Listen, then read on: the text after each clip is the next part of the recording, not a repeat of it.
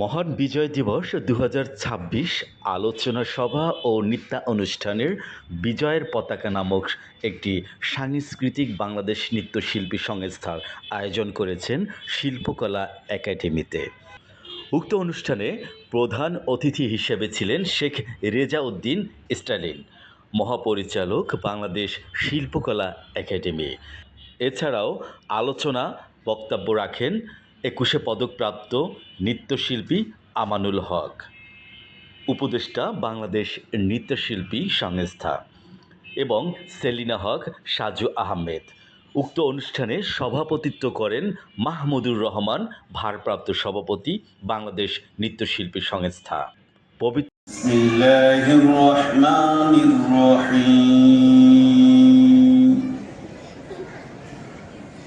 লা ইয়াস্তাওয়ি আসহাবুন নারি ওয়া আসহাবুল জান্নাহ।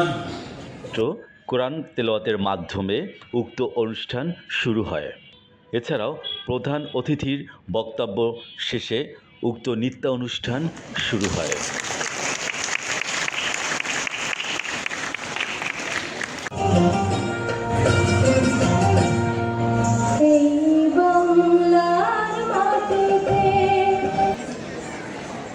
শুভ সন্ধ্যা। আমি সেলিনা হক, বাংলাদেশ নৃত্যশিল্পী সংস্থার ভাইস প্রেসিডেন্ট। আমরা আজকে বিজয় দিবসের অনুষ্ঠান অনেক দিন পরে পালন করছি। আপনারা তো জানেনই, আমাদের বিজয় মাসটাই বেশি আমাদের উল্লাসের। সেদিন সব মুক্তিযোদ্ধারা সব যখন বাড়িতে আসতেছিল, আমার যখন বয়স হলো, আমার কি আনন্দ হচ্ছিল। সেই আনন্দ স্বাধীনতা দিবসে বা অন্য কোনো দিবসে আমি পাই না, যেটা বিজয় দিবসে পাই। এবং আজকে আমাদের অনেক শিল্পী গোষ্ঠী, মানে আমাদের ছোট ছোট যত ঢাকা শহরে যত শিল্পীরা আছে নাচের, এরা শুধুমাত্র নাচের জন্য আজকে নাচের নৃত্য অনুষ্ঠান, নাচের শিল্পীরা অংশগ্রহণ করছে, ছোট বড় অনেকগুলো। তো এই জন্য আমার কাছে খুব ভালো লাগছে। আর আমি বলতে চাই, অনেক কষ্টের বিনিময়ে আমাদের এই স্বাধীনতা, এই বিজয় দিবস, এগুলো সবগুলো ছাত্রদের হাত ধরে আসছে। পর্যায়ে যখন আমাদের পিঠ থেকে গেছে, তখন আমাদের এই 5ই আগস্ট, আমাদের এই আন্দোলন, এটাও ছাত্রদের হাত ধরে আসছে। পরে জনসাধারণ এটার সাথে যোগ হয়েছে। আমাদের শিল্পীরাও কিন্তু এটার সাথে জড়িত ছিল। অনেক মুক্তিযোদ্ধা শিল্পী আছে আমাদের, যারা নার্সিং করেছে, যারা আমি তাদেরকে স্মরণ করি, অনেকে নাই আমাদের মাঝে বেঁচে। আর আমি মনে করি সবার একটা করে ভালো কাজ করা উচিত। আমাদের যেই স্বৈরাচার, যেই নৈরাজ্য, যেই জিনিসগুলো চলতেছে, যে এগুলো বন্ধ হওয়া উচিত। নাইলে একটা ভালো দেশ আমরা কী করে গড়বো বলেন? আমি বলি, কিন্তু আমার বলাটা তো কোনো মানে থাকতেছে না, যদি আপনারা সবাই মিলে সহযোগিতা না করেন। আমার কথাটা হলো এটা।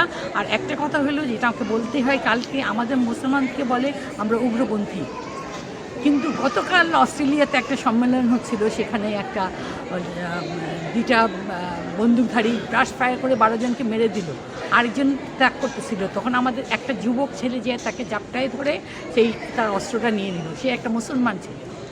কত প্রাউড ফিল করছে, পুরো অস্ট্রেলিয়া এখন ধন্য ধন্য করতেছে মুসলিম জাতিকে। অথচ এই অস্ট্রেলিয়ানরাই আমাদেরকে, মুসলিমদেরকে বলতো আমরা সন্ত্রাসী, আমরা কী জানি বলে এটা, আরেকটা কথা কী জানি বলে, জঙ্গি আমরা। কিন্তু সেটা ভুল ভেঙে দেবে। সেই জন্য আমরাও ভুল ভেঙে দিতে চাই। আমরা এখন একত্রে থাকতে চাই, সবাইকে একটু স্যাক্রিফাইস করতে চাই, সবাই ছোট বড় সবাইকে একটু যদি সহযোগিতা করেন। একটা ভালো কাজ যদি জীবনে করি, প্রত্যেক দিন একটা ভালো কাজ করলে আমার মনে হয় আমার দেশটা অনেক সুন্দর থাকবে। এই যে পরিষ্কার পরিচ্ছন্নতা সবাই করছে ছেলেগুলা, যে যদি আমরা যার যার ঘরের সামনে যে পরিষ্কার রাখলে কিন্তু আমাদের পুরো দেশটাই পরিষ্কার থাকে। ধন্যবাদ আপনাকে। আমি নতুন করিতে তৃতীয় স্থান অধিকার করেছি উচ্চাঙ্গ নৃত্যে। এই জন্য আমাকে বাংলাদেশ নৃত্যশিল্পী সংস্থা থেকে সংবর্ধনা জানানোর জন্য ডেকেছে। আমি অনেক খুশি। ধন্যবাদ। এরকম কালকে অস্ট্রেলিয়াতে একটা ঘটনা ঘটেছে, আপনারা বোধহয় সবাই পড়েছেন। একটা অনুষ্ঠান ছিল, ওদের প্রার্থনা সভা, হাজার হাজার লোক ছিল। 2টা লোক, একজন ব্রাশ ফায়ার করে 12 জনকে মেরে দিচ্ছে, আরেকজন আগায় আসতেছে, আমাদের একটা বাঙালি ছেলে তাকে যে জাপটায় ধরছে এবং হাতে থেকে তার রাইফেলটা নিয়ে নিছে।